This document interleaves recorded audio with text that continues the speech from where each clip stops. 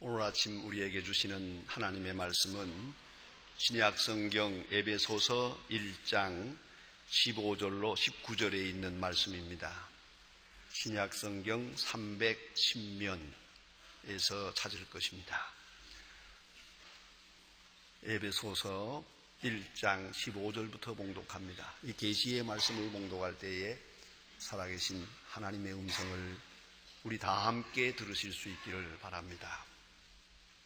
이르야 주 예수 안에서 너의 믿음과 모든 성도를 향한 사랑을 나도 듣고 너희를 위하여 감사하기를 마지 아니하고 내가 기도할 때 너희를 말하노라. 우리 주 예수 그리스도의 하나님 영광의 아버지께서 지혜와 계시의 정신을 너희에게 주사 하나님으로 알게 하시고 너의 마음 눈을 밝히사 그의 부르심의 소망이 무엇이며 성도 안에서 그 기업의 영광의 풍이 무엇이며 그의 힘의 강력으로 역사하심을 따라 믿는 우리에게 베푸시는 능력의 지극히 크심이 어떠한 것을 너희로 알게 하시기를 구하노라. 아멘. 기본으로 돌아가자 하는 이름의 책이 있습니다. 이 책은 요새 유행하는 말입니다. 탱크주의로 아주 유명한 MIT 공대의 박사인 배순훈 교수가 쓴 책입니다.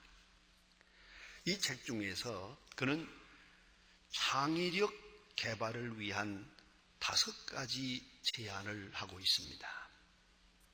여러분 아시는 대로 현대를 살아가려면, 현대에 살아남으려면 결코 자본이나 지식이나 기술이나 흔히 말하는 정보, 이것 가지고 살지 못합니다. 이제는 창의력이 있어야 삽니다. 정보시대란 말 합니다. 그것도 과거에 속한 겁니다. 과거에 대한 지식이 정보입니다. 그러나 창의력은 미래로 향하는 것입니다. 그 미래로 향하는 지식이 아니면 결코 이 세대에 살아남을 수 없습니다. 여러분 잘 아시는 대로 조그마한 사업을 하나 해도 남 하는 대로 했다간 끝나는 거예요. 남 그거에서 돈 벌었다 하는 순간 벌써 이젠 그건 끝난 거예요. 그걸 따라가다가는 아주 다 원자본까지 다 망치는 거예요. 결국은 작은 일도 창의적이고 창조적인 일이 아니고는 절대로 살아남을 수도 없고 성공할 수도 없는 것이에요. 그러므로 창의력 개발이라는 것은 매우 중요한, 먼 얘기가 아니고 아주 현실적인 절박한 이야기가 되고 있는 것입니다. 창의력을 개발하려면 첫째로 problem definition, 문제를 정의하라는 것입니다. 문제가 뭔가? 도대체 내가 추구하는 문제가 뭔가? 적어도 why라고 하는 말을 3번 이상 물으라는 거예요. 왜 이 일을 해야 되느냐? 목적의식이 분명해야 돼요. 내가 무엇을 추구하고 있느냐? 그리고 왜 나는 이 일을 해야 되느냐 하는 것이 분명해져야 된다는 거죠. 그것이 분명치 않게 허우적거리듯이 이것도 한번 해보고 저것도 한번 해보고 이 생각도 해보고 저 생각도 이래가지고는 안 되는 것이요. 살아남을 수가 없어요. 그렇기 때문에 문제의식을 분명히 해야 된다. 2번째는 preparation이 옳시다. 철저하게 공부하라는 거죠. 내가 정한 이 일, 이 사업, 이 아이디어에 대해서 집중적으로 연구를 해야 돼요. 많이 연구를 해야 돼요. 얼마나요? 꿈을 꾸어도 그 꿈을 꿀 정도로 자나깨나 집중적으로 그 연구를 해야 됩니다. 그 다음에는 인큐베이션이 옵시다. 이 점이 중요합니다. 이미 연구했지만은 많이 연구하고는 까맣게 잊어버리라 그거야. 여기서 여유를 가져야 되는 거예요. 이것이 중요한 시간이에요.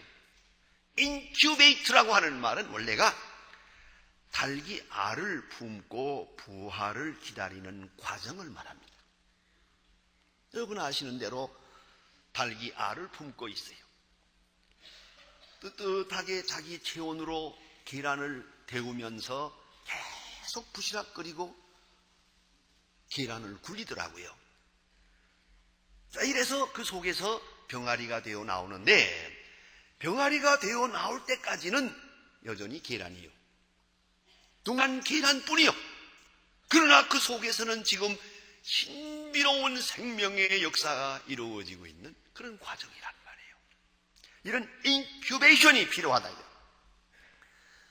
공부한 그 마음, 이제 그 아이디어를 숙성시키는 과정이 필요해요. 숙성시키는 과정. 그렇기 때문에 이제는 그 일에 너무 집중하면 안 돼요.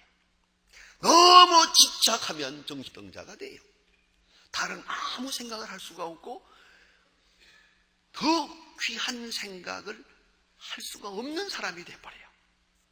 그렇기 때문에 이 시간에는 잠깐 까맣게 잊어버려야 하는 시간이 필요해요.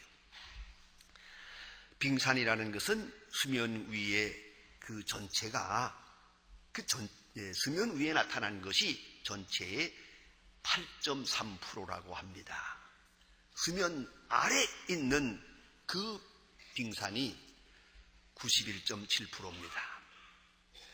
인간의 능력도 지금 생각하는 그것이 전부가 아니에요. 내가 가진 능력 그것이 전부가 아니에요. 내가 가진 기억력 그게 전부가 아니에요. 인간은 적어도 자기가 최대 한도의 능력을 발휘하고 지식을 얻었다 한들 자기가 가지고 있는 잠재력의 10분의 1밖에는 사용하지 못합니다. 이걸 아셔야 됩니다. 특별한 계기가 올 때 이 엄청난 능력이 작용하는 거예요. 그런 거로 그 큰 능력을 위해서 잠깐 우리는 까맣게 잊어버리고요.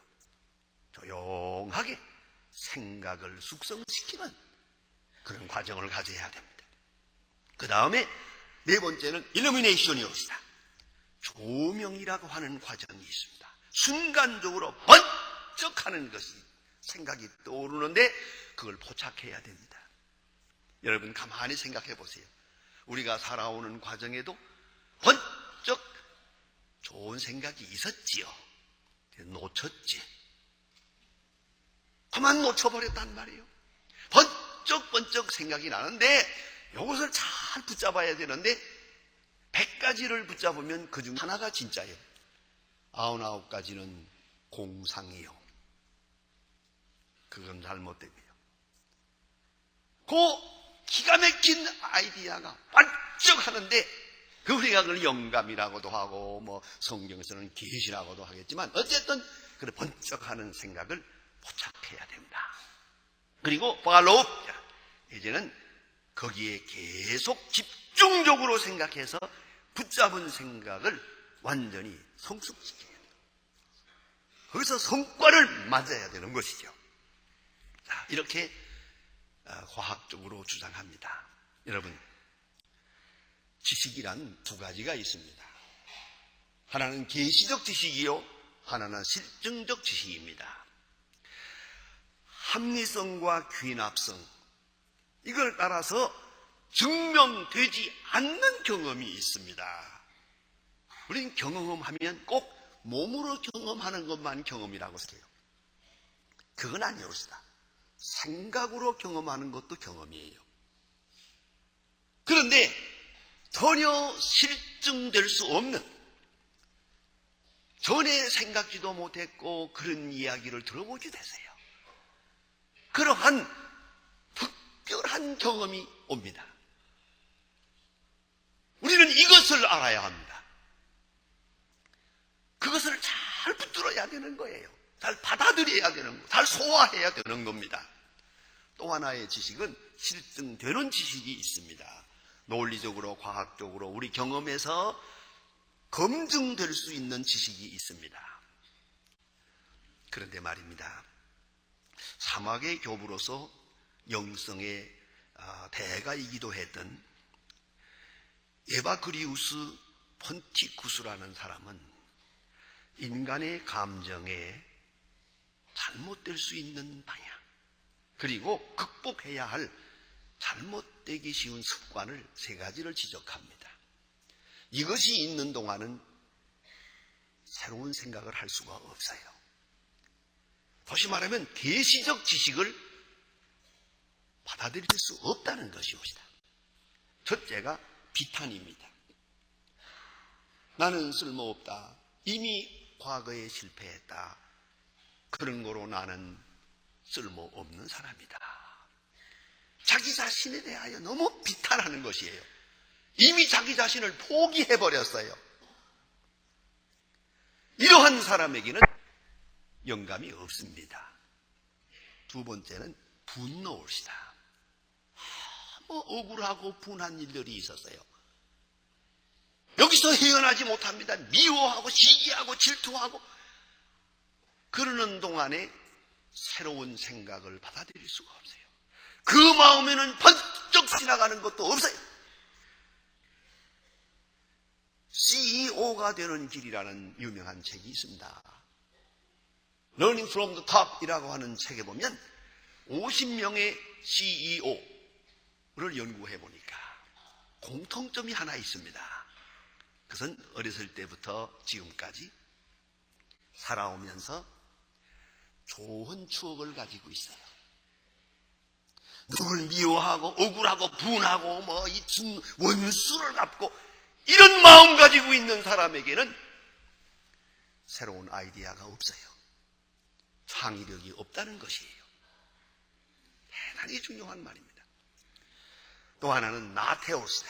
게을러 빠진 사람에게는 영감이 없어요. 부지런해야 돼요.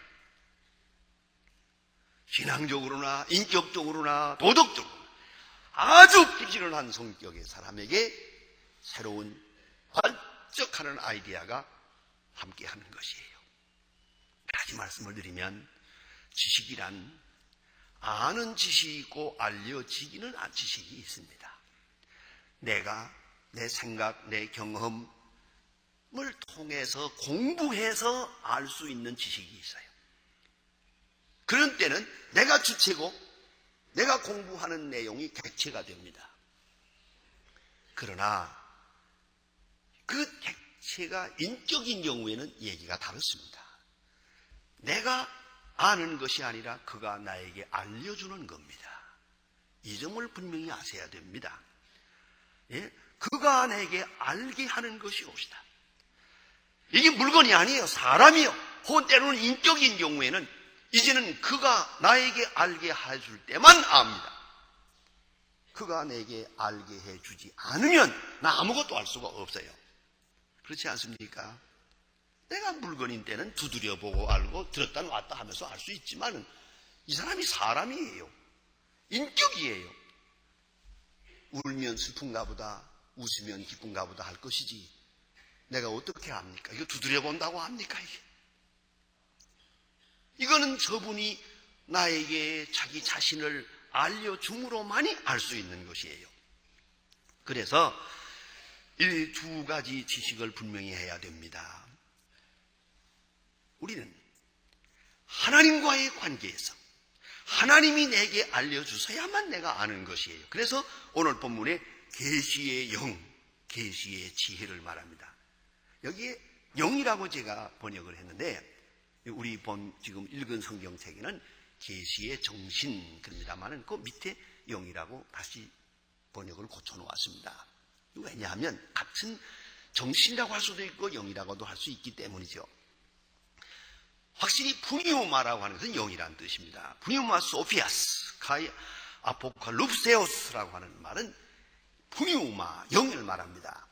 그런데 여기는 우리가 인식적으로 중요한 인식론적 진리가 있습니다.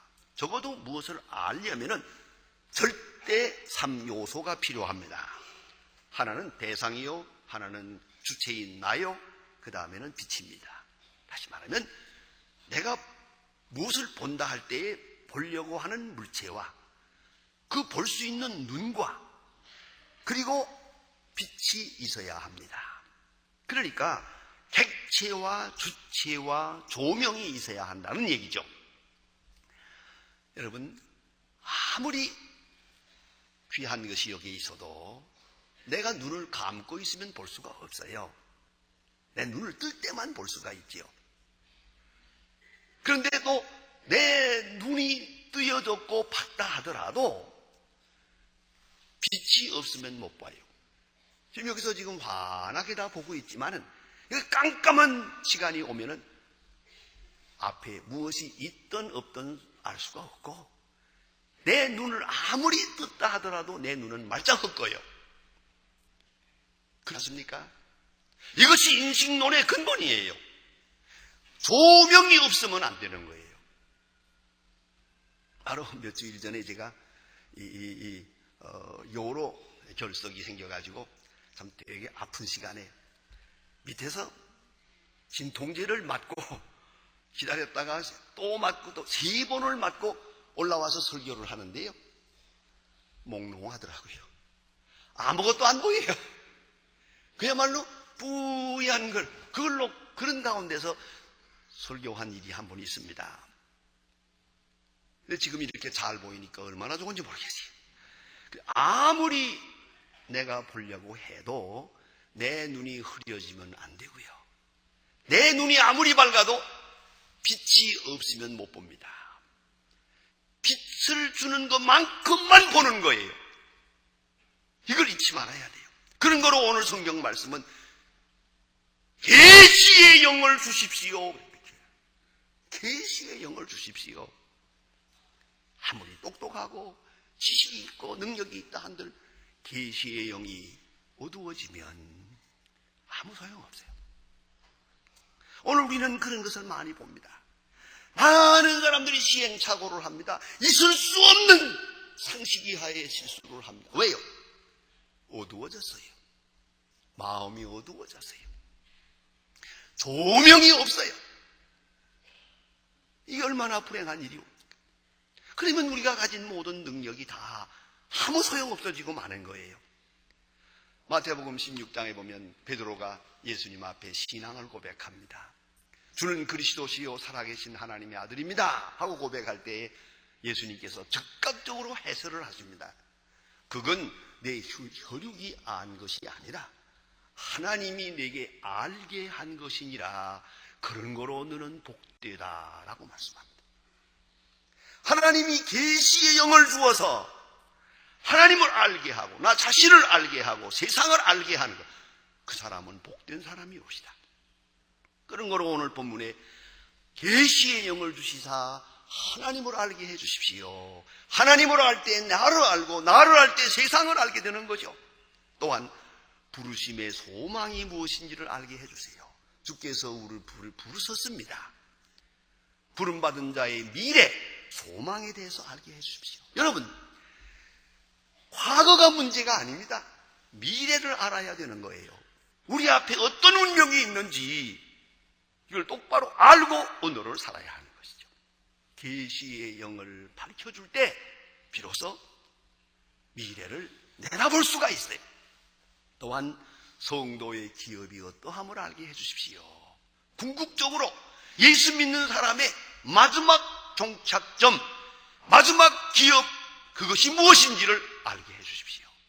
여러분, 이스라엘 백성이 애굽에서 나와서 광야를 통과할 때 많은 시련이 있었습니다만은 문제는 저 가나안 땅에 대한 확신만 있으면, 가나안 땅의 약속에 대한 확실한 믿음만 있었다면 아무 문제도 없습니다.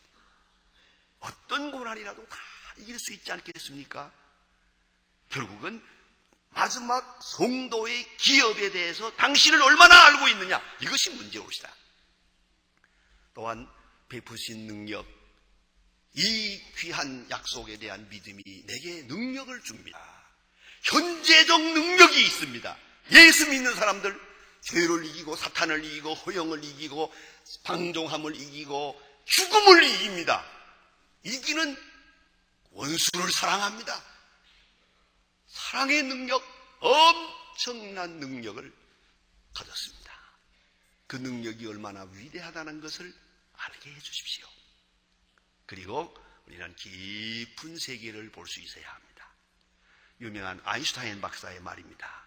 What I believe라고 하는, 나의 신념이라고 하는, 그래서 그는 이렇게 말합니다. 우리가 경험할 수 있는 가장 아름다운 것은 신비이다. 신비야말로 모든 과학과 예술의 진정한 원천이다. 신비, 바로 계시의 영감, 그것이 과학과 예술의 원천이란 말이에요. 그리고 우리는 신령한 세계를 볼 수 있어야 됩니다. 모든 현상 속에서 하나님의 손길, 하나님의 섭리, 그것을 볼 수 있어야 됩니다. 보다 더 멀리 보아야 됩니다. 오늘이 아니라 멀리. 저는 오래전에 읽은 글을 늘 생각합니다. 우리 정치가들을 생각할 때마다 그 생각이 나요. 겨칠경에게 물어보았어요. 정치가에게 가장 갖추어야 할 자격이 뭡니까? 하고 물었어요. 그는 딱 한마디로 대답하는데, 최소한 2년을 앞서 볼 수 있어야지. 좀 더 멀리 볼 수 있어요. 다른 사람보다 멀리, 최소한 2년을 내다봐야 돼요. 발등의 것도 못 보면 되겠어요? 백성들은 못 봐요. 그래도 지도자는 보다 먼 것을 봐야 되거든요. 요새 이런 재미있는 우스갯소리가 있어요. 평등 시리즈라고 들어보셨을 겁니다. 요새 며칠 전에 들었는데 얼마나 재미있는지 모르겠어요. 평등 시리즈가 이 뭐냐면 40대가 되면 지혜 평등이 온다는 거야. 뭐 옛날에 공부한 거다 말짝 헛거요. 뭘 알긴 뭘 알아요. 요새 컴퓨터를 압니까? 뭘 알아요. 그러니까 40이 되면 옛날에 대학을 나왔든 안 나왔든 다 몽땅 똑같습니다. 그런 줄 아세요. 그러니까 지식의 평등화가 온다 그래고요. 50이 되면 외모의 평등화가 온대요. 아, 그 맞더만요. 젊었을 때는 예쁜 사람도 있고 좀 덜 예쁜 사람도 있습니다. 확실히.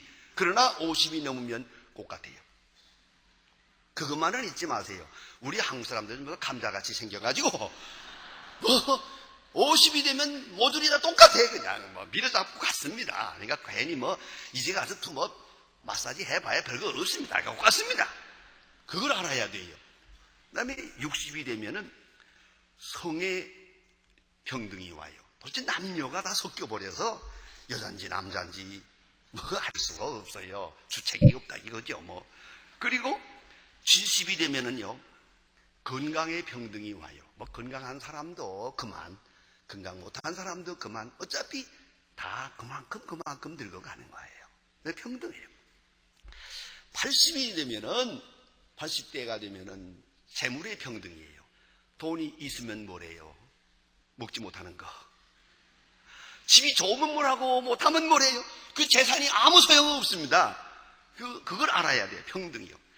90이 넘으면요, 생사의 평등이요. 살아서나 사는 것이 아니고 죽으나 사나 그게 그거예요. 그 참 재미있는 얘기예요. 이거 뭡니까? 내다봐야 돼요. 오늘 여러분 나이가 그대로 있습니까? 10년 후, 20년 후 저 앞을 환하게 보세요. 그건 평등한 거예요. 잘난 것도 없고 못난 것도 없어요. 이걸 알아야죠. 그리고 우리의 종말을 내다볼 수 있어야 됩니다. 마지막 종말이 어딥니까? 호세아 4장 6절은 말합니다. 내 백성이 지식이 없으므로 망하는도다. 그래요. 참 지식, 바른 지식이 없어서 망하는 거예요. 왜 모르게 됐느냐고요? 죄가 있고 증오가 있고 시기가 있고 끝없는 욕심이 있기 때문이야. 이 욕심 때문에 눈이 어두워졌어요. 마음이 흐려졌어요. 계시의 영이 떠났어요. 그 마음에는 번쩍하는 것이 없어요. 창의력이 없어요. 이래서 세상은 어지러워지는 것이옵시다. 그런 거로 계시와 지혜의 영, 계시의 영을 주십시오.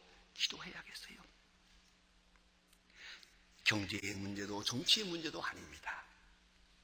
세상 국제적인 문제도 아닙니다. 하나님이여, 계시의 영을 주십시오. 저 미래가 밝게 보일 때 현재를 알 수 있고 나의 나됨을 알 수 있기 때문입니다. 하나님이여, 계시의 영을 주십시오. 기도해야겠습니다. 기도하십시오.